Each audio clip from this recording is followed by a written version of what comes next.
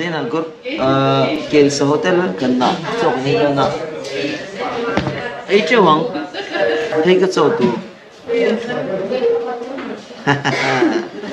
thấy hero biết sao tu tức là tôi nghe số ấy nem gần tiếng tập theo thấy kêu sao tôi thấy bốc sa thì mình đâu vậy sao biết đâu vậy sao cái này đơn với nó hào luôn cần cái trang ở bên trái luôn á nó alo cái lúc này mình để sẽ về cắt dọc về nó không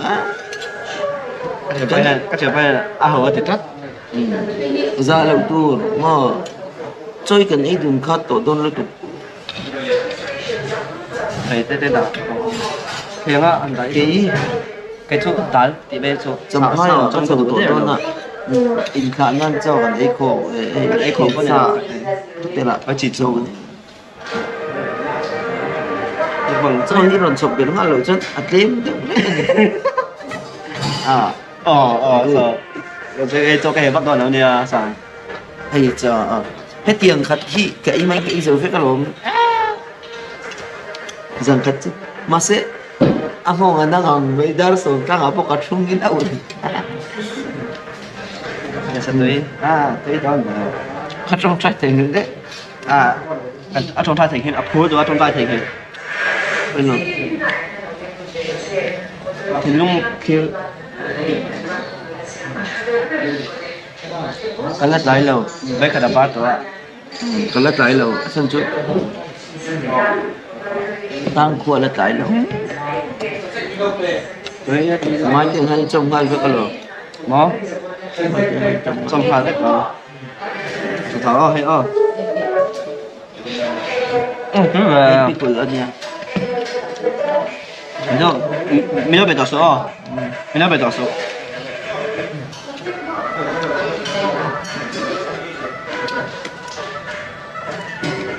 in về đó không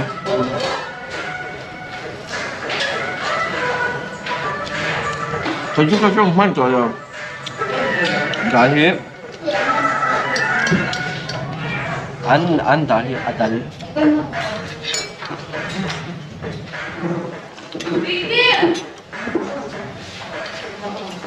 tiếp tục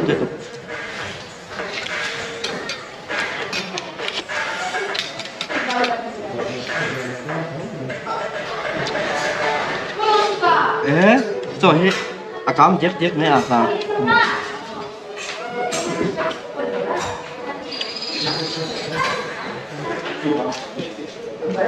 tôi cảm tiếp rồi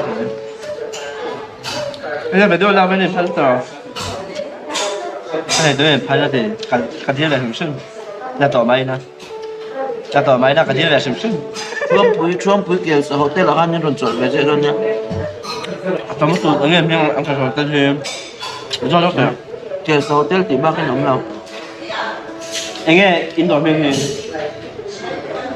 mình chọn đâu mình sang được em ấy cái do tỏ biết đâu em ấy rồi chụp photô được thằng ai toàn như thế không phải rồi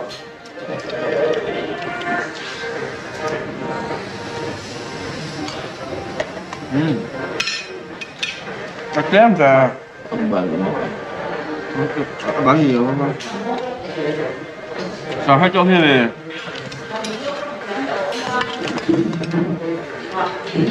không tên là chơi luyện nhá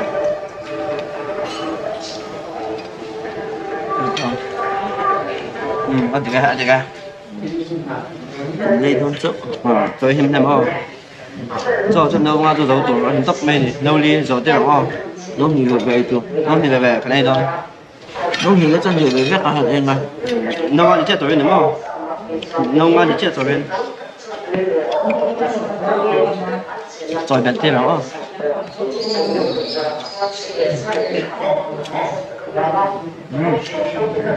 tenang pakat pa baga so ini mo ka usan di ba bắt tiền hết bọc đồ hoa rồi bọc sao thế một băng rồi mà cho thế vậy đó rồi hết việc này đó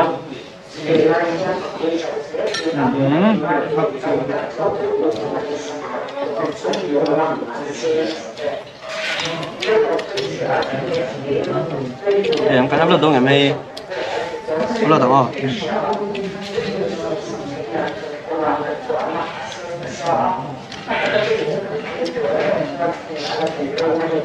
Giờ mình lại lấy trong bao là phân đạm. À, anh nhìn không? Rồi, cả tấm các làm thêm này cái mở hết rồi. Làm chiếng biết lâu, làm chiếng về vẽ, đúng không? Tôi có thể đi được bởi em. Họ thùng to như vậy chưa? Ini khỏi thùng á? Mà sợ bắt đầu cho mà chịu khai. Với hiện nó cái in khỏi thêm này không? Với em mong về.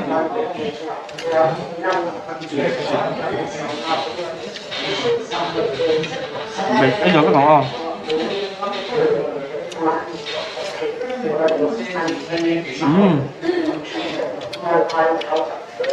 Rồi thân, dâm nở đâu lắm.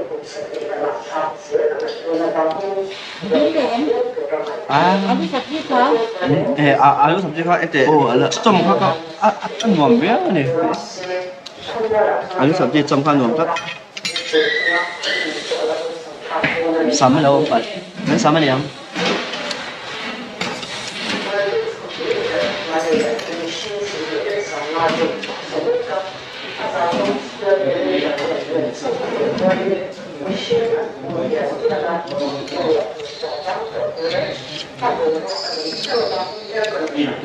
Cái kiềng kiềng ha mày.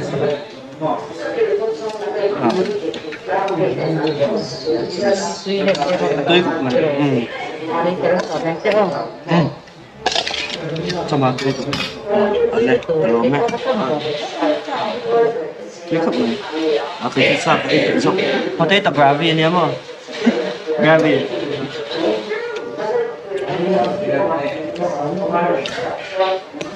Cái bạn hệ đầu biết cái hệ trắng nè. Đây rồi.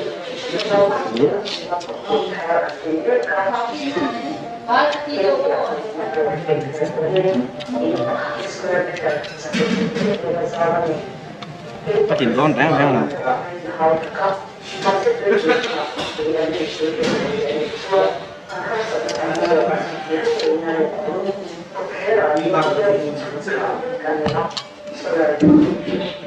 Cắt chụp lầu thế mày. Kel satu ini kan bantu berpi. Kel satu ini kan tu ber.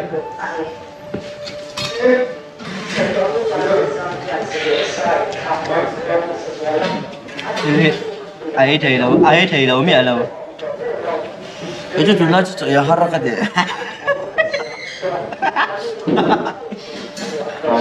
Acha, amom ka mày. Vâng, anh này là support chứ này, support chứ không. Sazapui cikat anu ni. Cikat cikat dah sama.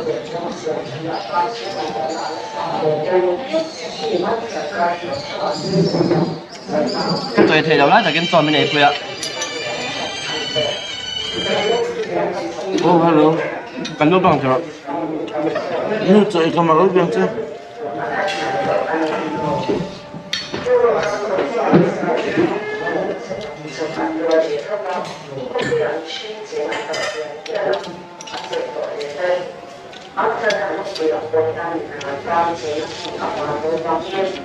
Thấy kiềng thế mày.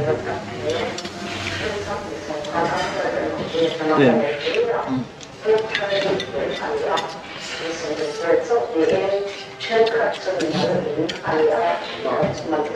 Purun hian khat ni na vak je na ma che tem kan enge.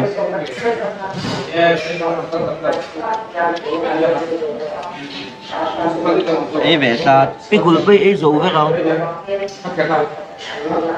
Afri. E ko free.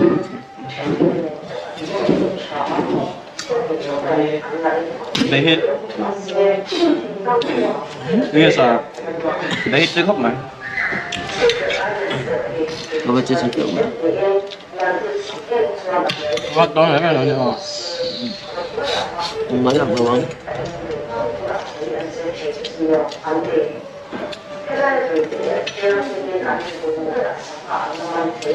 Okay, gitu kan.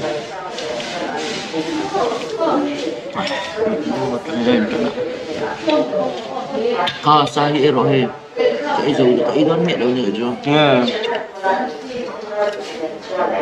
đó em nghe ý đúng mà cái thâu mà cả lâu lắm vậy thế là như thế nào đâu có trời đâu cái gì vậy nè à nếu chỉ tỏ số sao không ai tỏ đầu ai tỏ đầu bê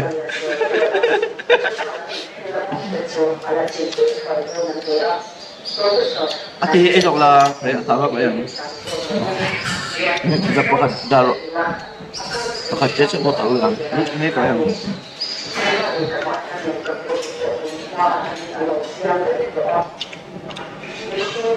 sao không mấy tôi nói ấy về đây hả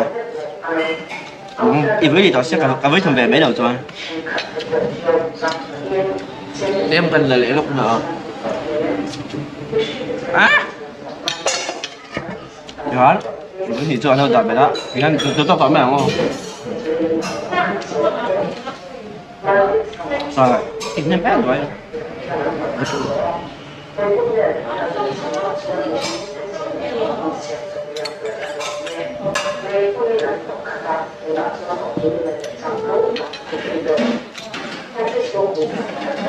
cái kiểu tôi hết tôi hấp mày rằng lại giờ thì mình có khát dân hết châu này hoa lại mà nhưng mà lúc cái gì anh cho hi tuy xem một ai lại cái đúng chân chú anh cho hi chỉ lắc cái xem em hết tầm này là cô ta để cho đặc sản buông tổ trong tổ rồi gọi là mặc khó khăn tuy cái gì xem ví dụ là mặc mà cái chú lắc đâu mình cho cái tiếng hay cần cho hi ban nó tụi con một cái tiếng ngắt chỉ lắc cái gì ở sân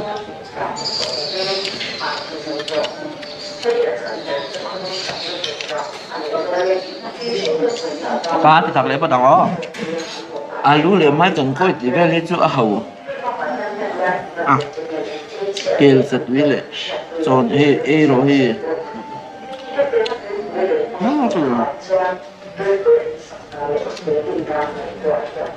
thì không quay được cái đạo nó không tốt được đạo đó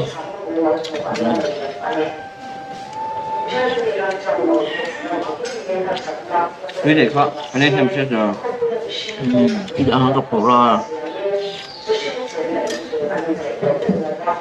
theo cái mặt tới rồi trước ở không có chia cái chuyện gì cái nãy xem chăm về với cái đạo cho nó không muốn thực hiện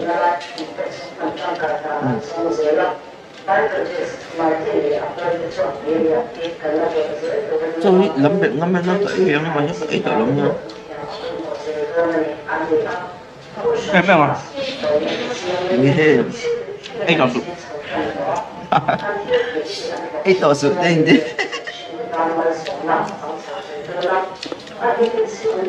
ini saya tolong cái đủ lệ cái liền anh thấy đó là anh trai về rồi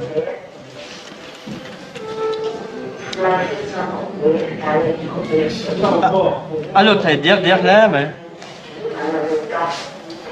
sao có ấy đâu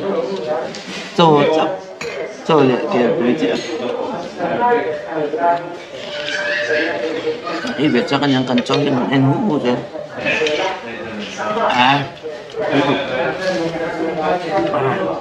cái này tụi bé làm rồi